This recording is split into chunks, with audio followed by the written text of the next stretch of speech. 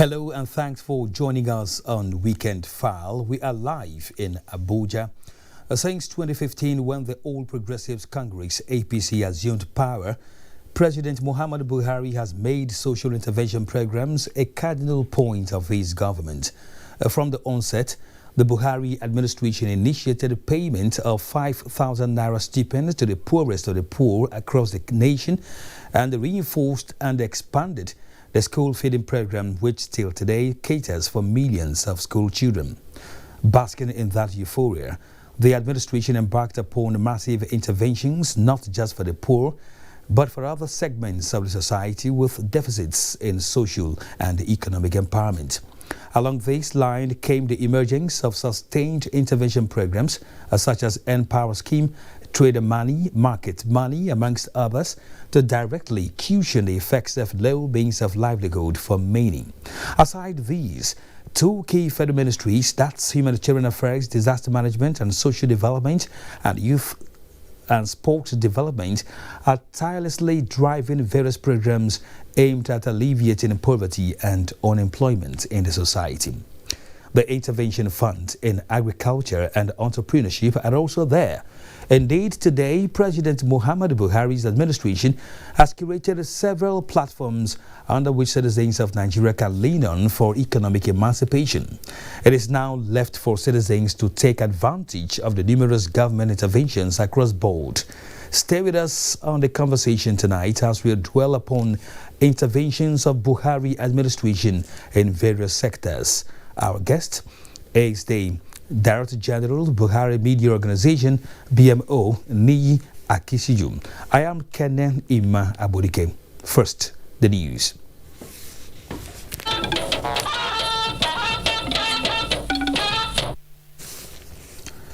Meeting by governors from the southwest states and traditional rulers has ended in Ibadan, Oyo State, with a resolve to end open grazing. That report will come in subsequently. Now let's go to security matters, where the Chief of Army Staff, Major General Ibrahim Attahiru, says taking the war against terrorism to the hideout and meeting points of Boko Haram insurgents is sacrosanct towards the full restoration of peace and livelihood activities within the northeast region. The Chief of Army Staff stated this during an operational visit to the Military Command and Control Center in Maiduguri. Abubakar Mohammed Musa reports. Is the second operational visit by the Chief of Army Staff, Major General Ibrahim Attahiru, since he took over the mantle of leadership in recent weeks. On arrival, the Army boss inspected a guard of honor and thereafter had an extensive closed-door meeting with troops on the front line. Though details of the closed-door session were not made public, Major General Ibrahim Attahiru said the visit was in line with the core mandate of the Nigerian Army, which he further explained is to defend Nigeria's territorial integrity at all costs. There is the need for us to come here and make appraisals. The need to also encourage troops, rev up their morale for subsequent successes that we expect.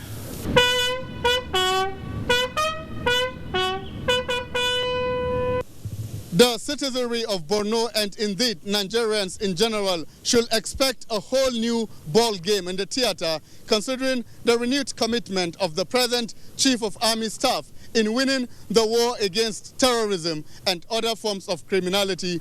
From the Military Command and Control Center in Maiduguri, Abubakar Mohammed Musa, NTA News. Thank you, Musa. Now, Rivers State Governor Nyesom Wike has restated the need for political leaders and traditional rulers to pursue Nigeria's unity rather than fanning embers that divide the country. The governor was speaking when he played host to the Emir of Kano, Alhaji Aminu Ado Bayero, at Government House, Port Harcourt. Ogede Nyekwere reports.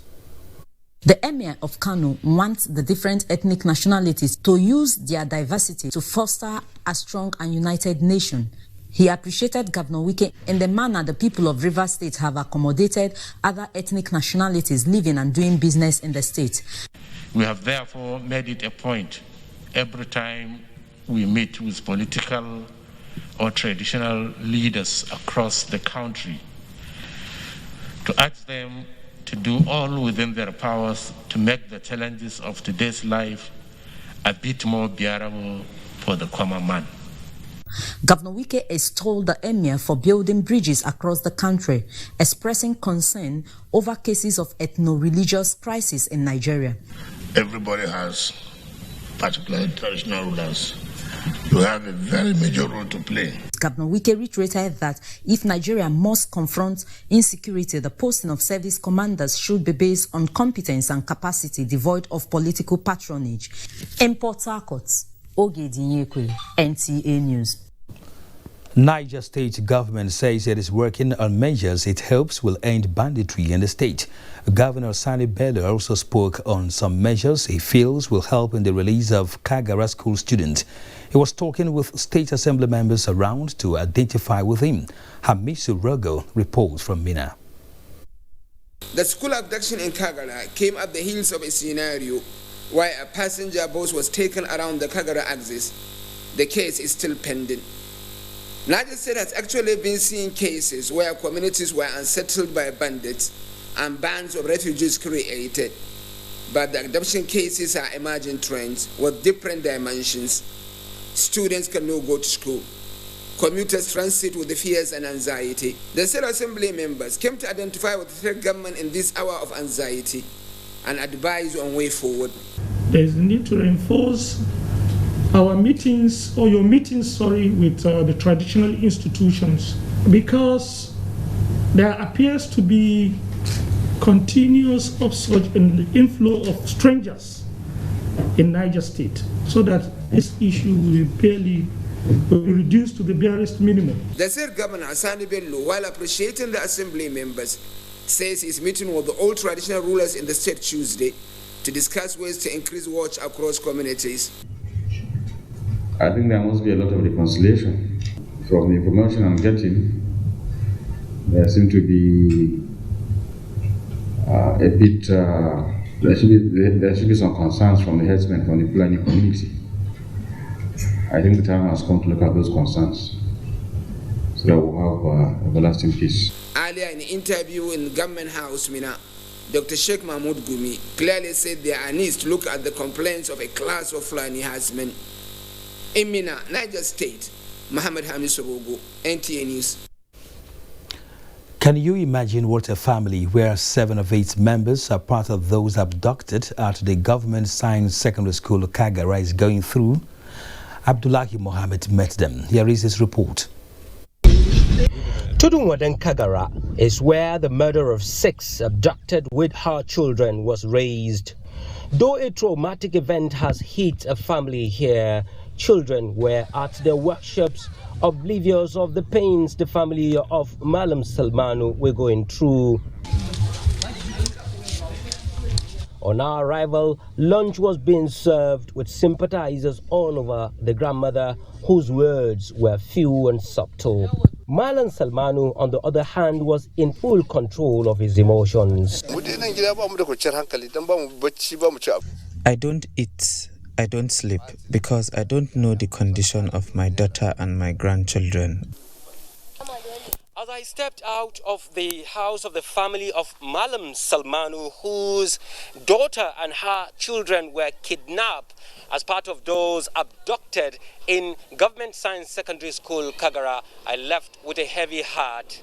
Just when we're about to call it a day, we got the wind of another family whose daughter and son-in-law, Mr. Fodio, a teacher at the Science Secondary School, were also nursing the pains of the abduction.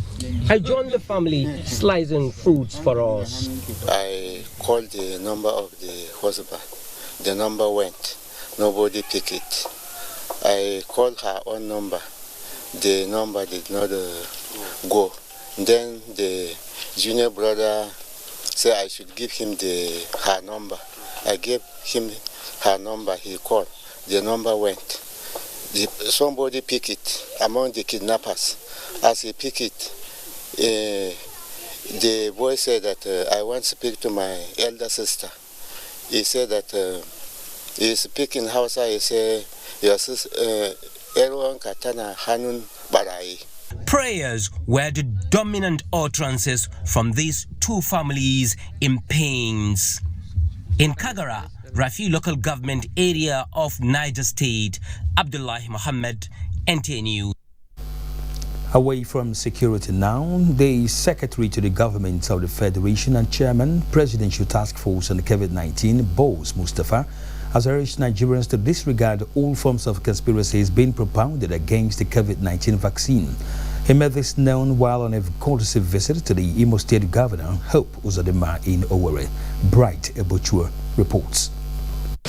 Following the rise in the number of deaths occasioned by the increase in positive cases of COVID-19 globally, efforts in research have led to the production of vaccines to check further spread of the dreaded virus. To drive home the message on the need to be favorably disposed to it, Secretary to the Government of the Federation, Boss Mustafa, describes the latest discoveries on the vaccines as rewarding to the fight against the virus.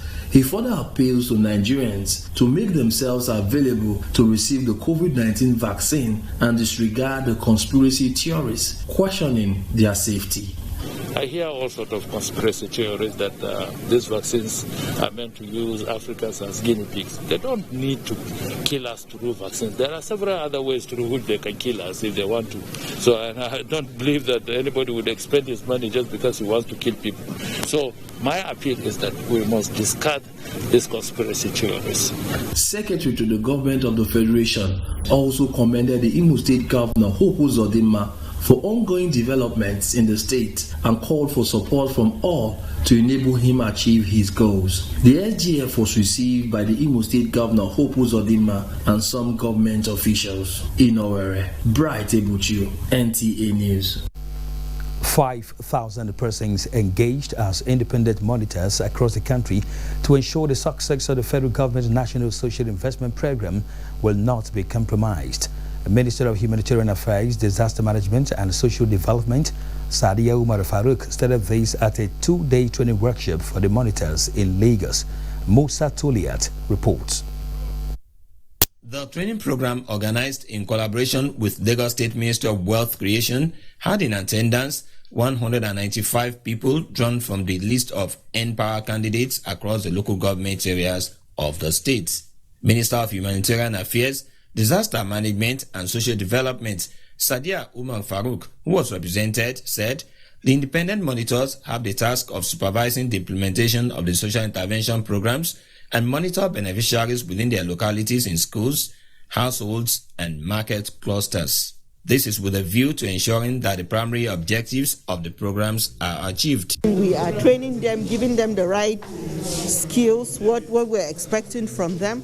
The ministry and other stakeholders, we are engaging security agencies. The program is so involving, and it involves money, as you know, and when we're talking about issues of money, accountability must be so evidential. Some of the independent monitors comment on the program. The states, the federal government, they cannot be at the local. We are going to be their eyes, their ears. The initiative is born out of the need to sustain the credibility of the national social investment programs. In Lagos, Musa Toliat, NTA News. Yobe State has been enriched with another set of 134 skillful youths trained on information and communication technology, sponsored by the Northeast Development Commission, with the anticipation of them becoming not only self-reliant but employers of labor in no distant future. The development is in line with the federal government drive towards repositioning Nigeria's economy.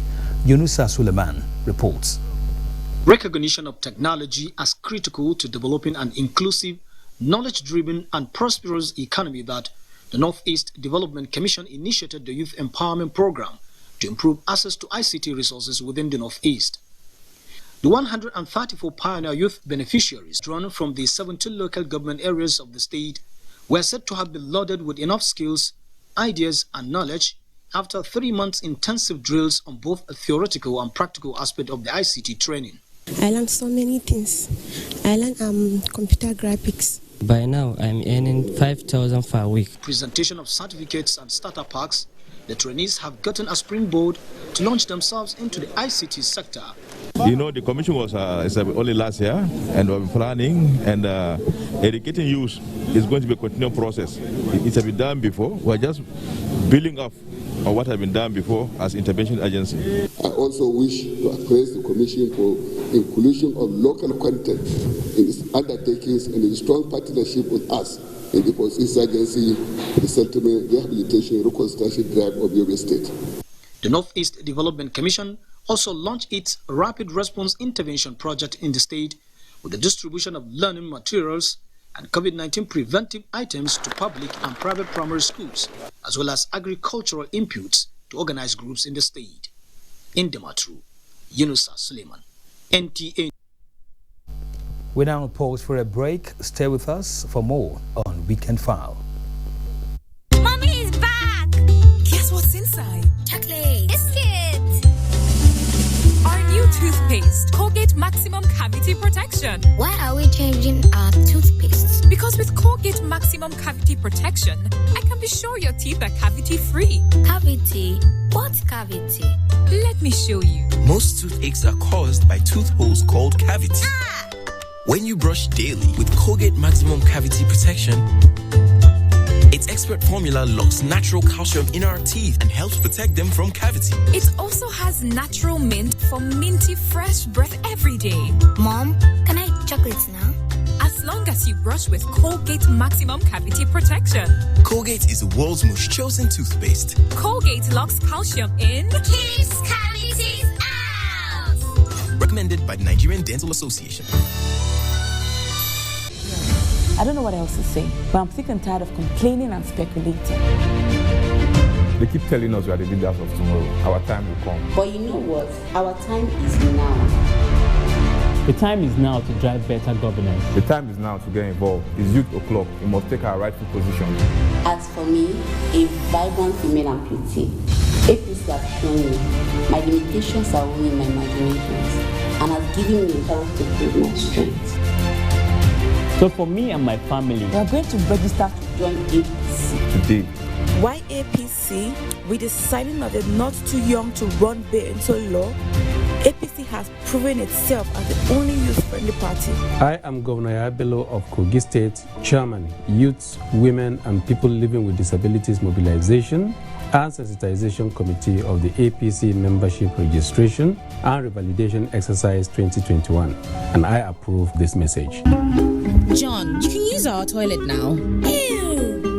My mommy said I should always use a toilet that is cleaned with Hypo toilet cleaner. James will bite my bone. John, what's the problem? Use Hypo Toilet Cleaner. Introducing the new and affordable Hypo Toilet Cleaner. Kills germs and deodorizes your toilet.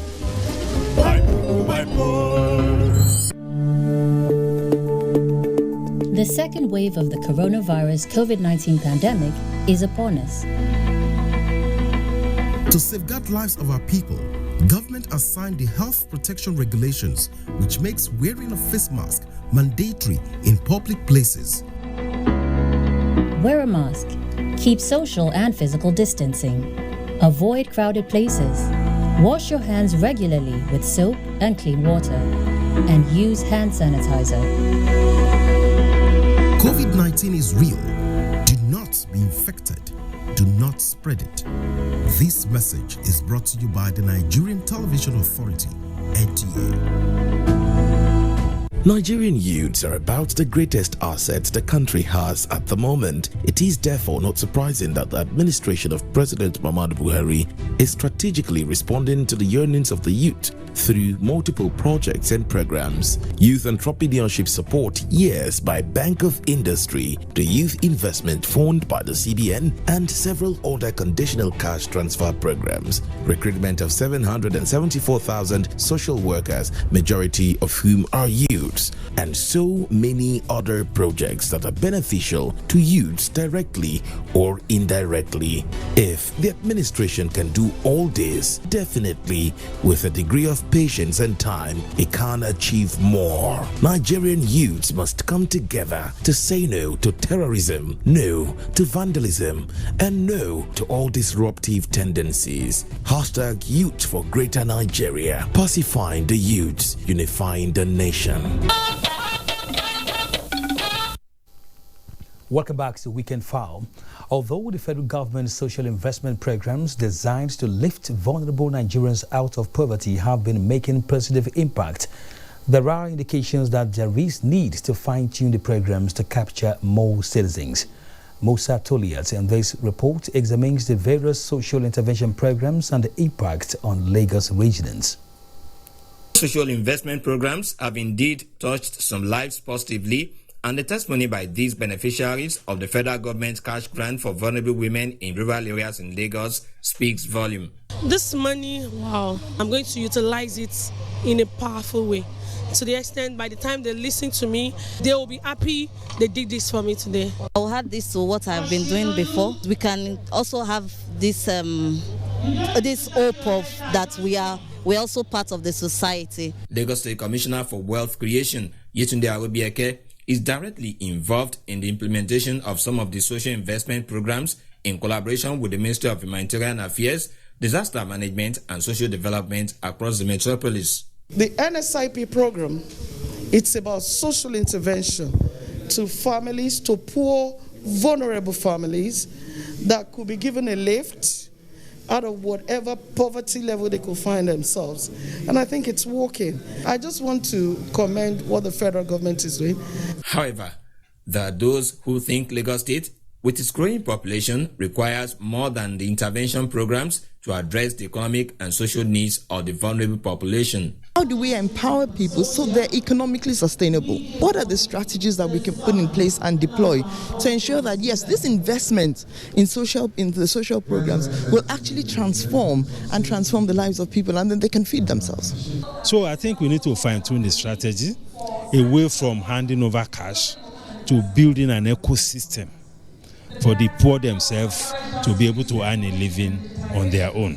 The federal government established the National Social Investment Programs in 2016 to tackle poverty and hunger across the country. I am Musa Toliat. From the Southeast comes a report that the policies and projects of the federal government have impacted positively on the socio-economic development and lives of the people. Chika Ugu reports. Nigerians have contended with inadequate critical infrastructure over the years. This is despite efforts by successive governments to bridge the nation's infrastructural gap. Such efforts by government in this regard is more glaring under the present administration that has embarked on massive rehabilitation of existing amenities such as roads and construction of new ones. In Southeast, for instance, work is ongoing on the construction of the second Niger Bridge, aimed at boosting economic activities in that part of the country and the nation at large. There has been massive rehabilitation of existing roads and construction of new ones, like the Enugu-Port Harcourt Dual Carriage Road, Enugu-Onitsha Expressway, Oji Achi Ogu Ndiabo Road, Nsuka Obolafo Ikem Nkalagu Road, among many others. It is the policy of this administration to revamp our infrastructural deficit in the country. The federal government has indeed touched the heart of the people. Another major commendable stride by the federal government is the upgrade of facilities and construction of a standard runway at the Akano Ibiam International Airport in Enugu State. Like in other parts of the country, youths in Enugu State and other states within the region are still benefiting from government investments and youth empowerment schemes like vocational training and apprenticeship program and school feeding program aimed at tackling the disturbing level of youth unemployment and poverty. For the first time, we have number of unemployed youth being recorded, being captured. And then we see the 20,000, the 1,000 per local government job initiative from the COVID-19. The federal government has also continued to disburse loans to farmers and small-scale business owners in the region. In Enugu, Chika Ubu, NTA News. In Maiduguri, Maimuna Garba reports that many Peru State Agency recovery programs in Borno State are in motion, especially resettling the IDPs back to their communities. Since assumption of office by President Muhammadu Buhari, the military has been devising strategies focusing on ending the lingering insecurity in the northeast sub-region. A lot of initiatives were injected into the counter-insurgency war, where the military at various points in time came up with a lot of operations and subsidiary ones to curb the wave of attacks by terrorists and the changing dynamics of the low-intensity conflict. The ongoing military onslaught in Sambisa Forest and Timbuktu Triangle has succeeded in dislodging the terrorists, where a appreciable number of them are voluntarily surrendering, with quite a number of people being rescued from the terrorist captivity daily. There's going to be a refocus on the operation. The operations that we're conducting will receive a boost. And I think that's what's essential. And I would like to assure the general public that the team spirit that exists amongst the troops in the theater is what will be fostered to meet the operational objectives. The Chief of Army Staff, during his maiden operational visit to the Northeast, met with various commanders to re-strategize towards total defeat of Boko Haram terrorists and ISWAP members. We're working in tandem with forces from Republic of Cameroon, which we are aware. So now we'll also bring in the Chadians so that we can do sustained synergy between the Army and Air Task Force made it possible for the return of IDPs to their ancestral homes after the military declared their areas safe for habitation. We have been able to, carry out a lot of operations within the area, which led to neutralization of countless Boko Haram terrorists. We have also recovered a lot of weapons. Blocking of terrorist logistics, among other measures put in place by the military, have reduced their prowess, hence paved way for restoration of significant peace being enjoyed in the zone, especially Maiduguri, the Borno state capital, where legitimate activities are going on devoid of any threat. In Maiduguri, Maimuna Garba, NTA News. And now, public affairs analyst and chairman, Buhari Media Organization, Niye Akishiju, joins me tonight for a discussion on the conversation interventions of Buhari administration in various sectors. Niye, you're welcome to Weekend File. Thank you for having me. Let's take it from your own perspective. What is your appraisal of the numerous interventions of this administration in various sectors? Yeah, I think the first thing to do is to background it, to look at where we are coming from and where we are now. In summary, one would want to say that we have come a long way from a period, and I'm talking of the year 2015, when the population of poor, those living under $1 at that time, was about 108 million people, Nigerians, living under $1. It tells you the population of poor in the country. We have also come a long way when electricity generation and distribution in Nigeria was under 2,000 megawatts of power daily. We have come a long way too from when out of the 33,000 federal government-owned roads, just about 1,600 were functional, were motorable in the real sense of it. And we can go on and on. So what essentially advised the need for this intervention was that situation at that point in time. Don't also forget that by 2015, about 27 states could not pay salaries, and that, of course, will have multiplier impacts on their own household and, of course, by extension, the economy. So the intervention is called, rightly so, an intervention as an emergency redress, of the situation at that time. And I think to a large extent it had helped the Nigerian economy, the Nigerian people. Now we can say for a fact that with 108 million, and we were actually at the peak of 112 million in 2012. However, in those 3 years, perhaps that the government at that time were able to circle out 4 million. So you had 108 million. By 2019, with all these social intervention programs, the numbers of very poor, those living under poverty, had reduced from 108 million to 89 and 82.9 million. That's 82,900,000. So in 4 or 5 years, more or less, more than 25 million people have been circled out of poverty. And I can say it is because of these social intervention programs. Out of the 33,000 roads that were federal government controlled roads, and these are dual carriage roads. Now we are talking about 7,000 to 8,000 being either under construction or being delivered already.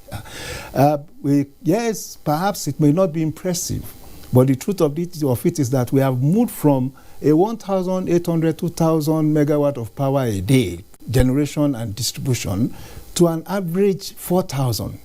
In fact, we had reached an historical peak of generation and distribution of power to 5,800 megawatts a day. That is a quantum leap. If we had been adding 3,000 megawatts of power to our generation and distribution over the last 10 years, we would have had about 30,000 megawatts of power now. So that is impressive. It's also impacting businesses. It is impacting livelihood. It's impacting the economy. In terms of housing, at a point in time, by 2012, the figure I had was we had a deficit of 17 million, households that needs housing. Now, at least in the last 5 years, about 1.2 million housing units have been delivered, either at the level of the National Housing Program, at the level of the Federal Mortgage-Backed Housing and other, and now we have the Social Housing Program too. So to a large extent, we would be able to commend the federal government for this intervention, and even perhaps more than that, the fact that we exited recession in 2017, the recession that was triggered in 2016, we exited in 2017, was principally as a result of these intervention programs too. And then, of course, there was a bleak situation at the onset of the COVID-19 pandemic, and the government also made itself well seen. Yeah, that was the first leg. The truth is that the government, the administration of President Muhammadu Buhari, had more or less been a crisis management administration. It came into office when there was economic crisis, global economic crisis. It affected our crude oil sales, which, either we like it or not, is our mainstay, because that is where we generate 90% of our foreign exchange earnings. That is where we generate 70% of our revenue, the revenue we share, at the level of the federal government. That's where we generate the earnings too. So at that time, there had been a crash in price. There had been a crash in quantity of crude oil produced too. So to a large extent, it impacted on the revenue threshold of the Nigerian government. So that led more or less, to the recession. But perhaps because of, it's clear now, because of the creativity and commitment of the government under President Buhari, there was that, how do I call it? There was that determination to do things the right way. And how do you do things the right way?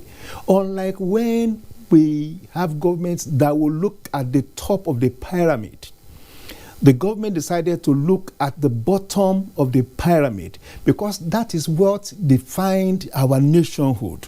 When you have more than 105 million, 108 million people who are poor, in a population of 190, estimated at that time at 190 million, you needed to start it is when you attend to those people that you start impacting not just the life of those people, but also the economy at large. Of the nation. So right. that moved us out of that, and then we now entered the second round of another crisis. So we were just actually exiting, we were just gathering momentum out of the 2016 recession when coronavirus, came to. It's sudden, it's global, it could not be controlled, so government had to be compelled. But fortunately, the federal government had a visionary perspective to this thing, because what saved us really was that preemptive. I prefer to call it preemptive. Some people will prefer to call it proactive. That preemptive measure by inaugurating the Economic Sustainability Plan Committee to put together an economic direction, and blueprint on, creating a comfort zone that would mitigate whatever will be the impact of the COVID-19 pandemic. And lo and behold, 3 months after, we all started feeling the real impact. But thankfully... Exactly. Niyi, you are going to land more on that as soon as we return from this break. You're watching Weekend File on the NTA. Do stay with us. See some magic? Let's blow some minds!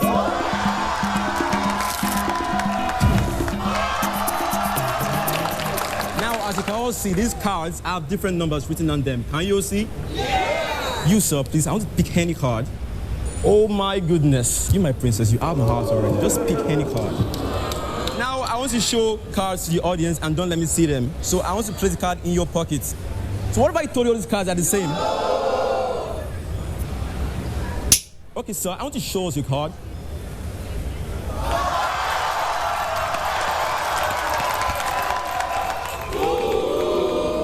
Just wait a second. I want to check into your beautiful shoe. As you can all see, all the numbers are 777.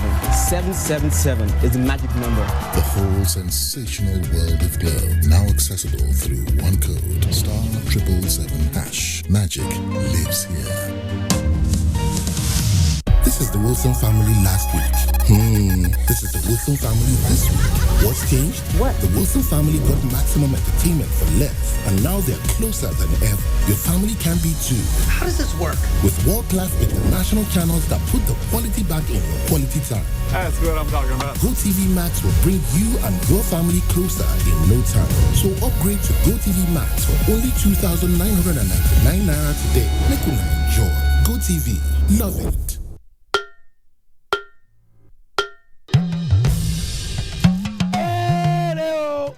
You wonderful news. The village headmaster is coming back to your screen. Mo wire abi mi o wire. Teacher no mo. A fẹ́ lọ wá nǹkan jẹ. Teacher no mo. A fẹ́ lọ wá nǹkan jẹ. Ọmọ onírẹsì ti dé.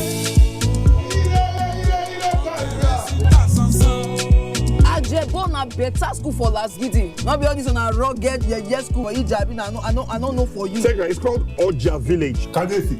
We no happy at all.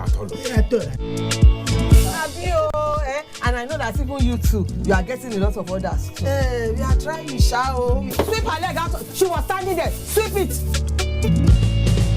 I love you so much. And how did I give you the impression that I was interested in that position? 50-year anniversary. You mean anniversary? I talk with that now. Not for me. Not for me because of Pamio.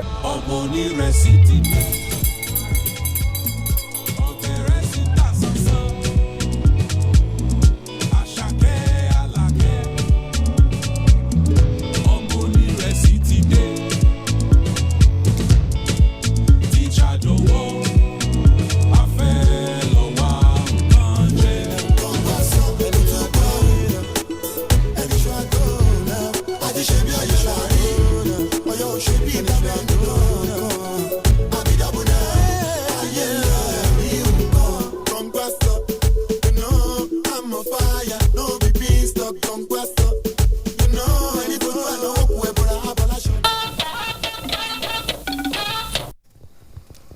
Thank you for staying with us. Sustainable development is what is required for individual, organization and the government.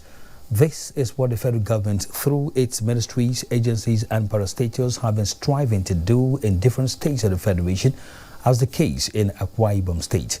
Charity James reports that some of these moves by the federal government are in collaboration with the state government. Akwa Ibom State is naturally blessed by God with resources for socio-economic growth of the people. Although the state government has over the years been tapping these resources